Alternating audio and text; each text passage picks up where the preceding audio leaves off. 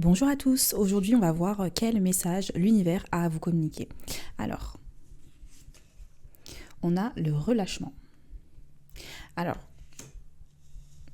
je ressens que vous êtes invité à relâcher certaines émotions et certaines perceptions, certaines manières de faire les choses. Alors peut-être que vous avez l'habitude d'avoir un certain fonctionnement, et c'est le cas de tout le monde, hein. On a tous un fonctionnement, on a tous une posture, une identité avec laquelle on est familière. Et aujourd'hui, vous êtes invité à relâcher ça pour inviter en fait une nouvelle posture, inviter une nouvelle identité, inviter une nouvelle manière de faire les choses. On a liberté.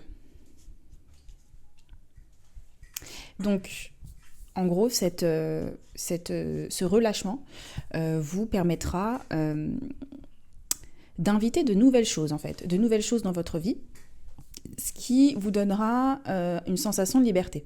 Parce qu'en fait, les choses que vous conservez, donc les identités, les postures, les perceptions et les manières de faire les choses que vous utilisez jusqu'à maintenant, c'est quelque chose qui peut entraver votre liberté. La liberté, c'est quoi finalement? La liberté, c'est aller vers quelque chose qui nous tient à cœur. Et ces perceptions-là, ces manières de faire-là, ces habitudes-là peuvent vous empêcher en fait d'aller vers des choses qui vous tiennent à cœur. Et le truc, c'est que souvent, on est attaché en fait à nos habitudes parce que ça nous donne une sensation de repère. Ça nous donne des fondations, ça nous donne une sensation de sécurité. Mais là, on vous invite à les laisser. Malgré la sécurité, en fait, malgré la sensation d'être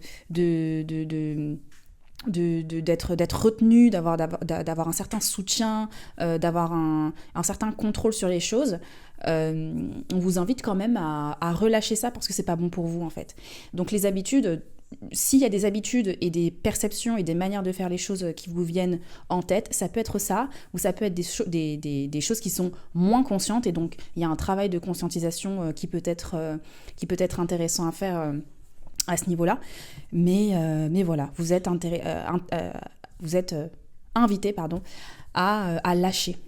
Lâcher l'ancien, lâcher les anciennes identités, lâcher les habitudes et inviter du nouveau. Inviter du nouveau. Parce que si vous invitez du nouveau, des nouvelles manières de faire des choses, des nouvelles je sais pas, des nouvelles activités, des nouvelles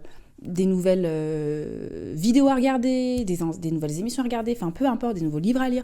En fait, inviter du nouveau va vous permettre d'être plus à l'aise avec la nouveauté, d'être plus à l'aise avec les choses qui ne font pas partie de votre quotidien jusqu'à maintenant, qui peuvent vous amener vers plus de liberté.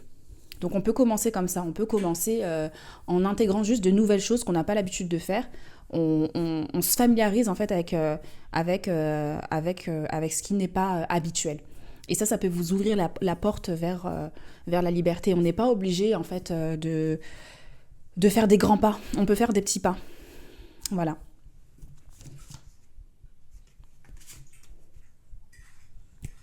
Là, on a réception. Donc, alors, on va faire ça.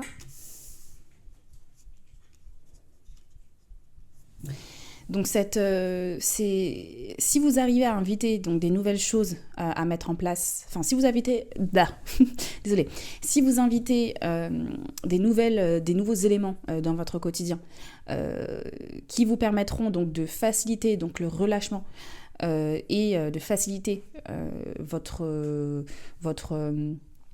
démarche vers la nouveauté, vers ce qui vous plaît vraiment, eh ben, vous serez davantage dans la réception.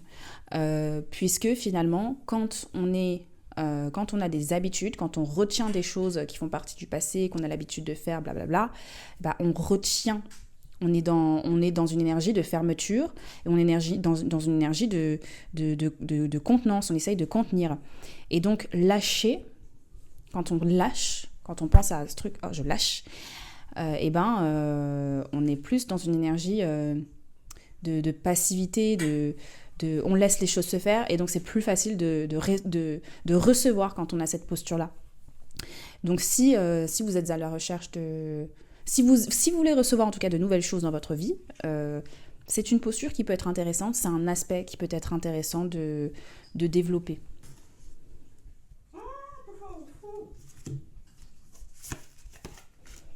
On a pardon.